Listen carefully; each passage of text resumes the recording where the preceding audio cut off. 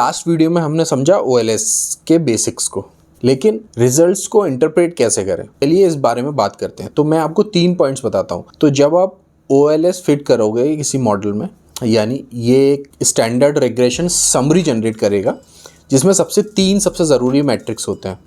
पहला है कोफिशिएंट्स, दूसरा है पी वैल्यू और तीसरा है R2²। अब इनको एक एक करके समझते हैं।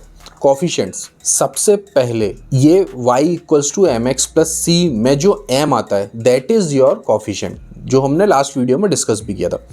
फॉर एग्जांपल साइज़ का कोफिशिएंट है 1000। इसका मतलब है कि जब साइज़ 1 यूनिट से बढ़ेगा तो हमारा प्रेडिक्टिव प्राइस 1000 रुपीज़ से बढ़ेगा।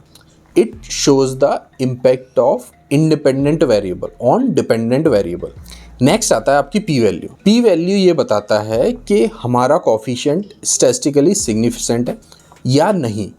तो सिंपल रूल ऑफ थंब, अगर ई वैल्यू 0.05 से कम है तो वो वेरिएबल्स के लिए इम्पोर्टेंट है और उसकी वैल्यू रैंडम नहीं। तो अगर ज़्यादा है तो वो वेरिएबल्स ज़्यादा यूज़फुल नहीं होंगे। फाइनली R2² यानी कोफिशिएंट ऑफ डिटर्मिनेशन, ये बताता है कि आपका मॉडल कितना अच्छा फिट हुआ है।